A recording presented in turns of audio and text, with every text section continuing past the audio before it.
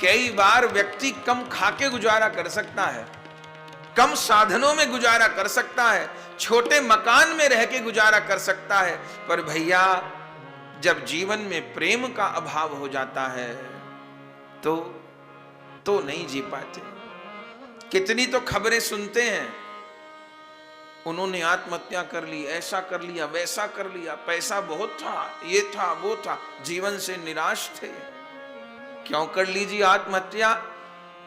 बोले डिप्रेशन में थे, फ्रस्ट्रेशन में आ गए। अच्छा, ये डिप्रेशन, फ्रस्ट्रेशन और ये क्या क्या क्यों होते हैं, इनके पीछे विज्ञान क्या है, मूल भाव क्या है?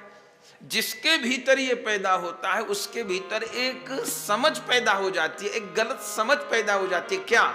मेरा कोई नहीं है, मेरा कोई नहीं है, मुझे कोई चाहता ही नहीं है, मुझे कोई पूछता नहीं है, मेरी किसी को चिंता नहीं है, हाय जगत में मेरा कोई है ही नहीं।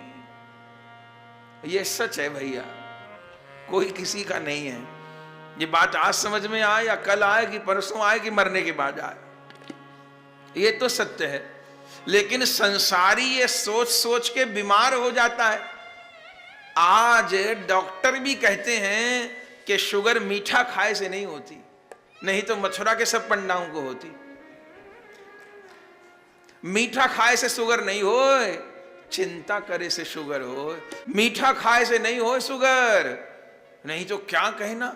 हे भगवान, हमने आंखों से देखा, एक बाल्टी शरबत, सोचिए 10 किलो चीनी पड़ी हुई और एक घूंट में पी जा, एक सांस में पी जा और डकार नहीं आवे। अभी भी ऐसे ऐसे वीर हैं, 250 रसगुल्ला पा जा, शर्त लग जाए। मजाक नहीं कर रहे, हंसाने, सत्य का 250 रसगुल्ला पा जाए, शर्त लगा लीजिए।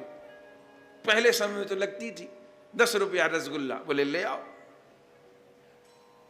अब 50 रुपया रसगुल्ला ले आओ, अब और 150 पा रहे तो 100 रुपया रसगुल्ला। ऐसे ऐसे वीर भोजन भट्ट।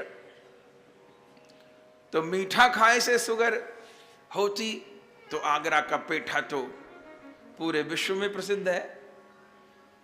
लेकिन आज डॉक्टर भी कहते हैं कि चिंता करे से शुगर होती है, हबड़ा चबड़ी करे से बीपी होता है।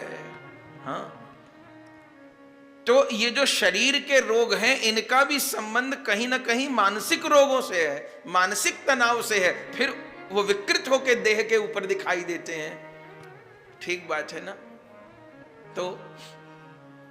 तो कभी कम साधन में गुजारा हो जाता है, कम रोटी खाके, छोटे घर में, छोटी गाड़ी में, कम साधनों में। लेकिन जब जीवन में आत्मीयता का अभाव हो जाए, प्रेम का अभाव हो जाए, तो कितनी तो दुर्घटनाएं सुना करते हैं। और जब भी कोई ऐसा कुछ करता है या आत्महत्या तक न पहुंचे, निराश उदास हो जाता है, डिप्रेशन में चला, उसके पीछे एक नासमझी होती है। मेरा कोई नहीं है, मुझे कोई नहीं चाहता, कोई मुझसे प्यार नहीं करता।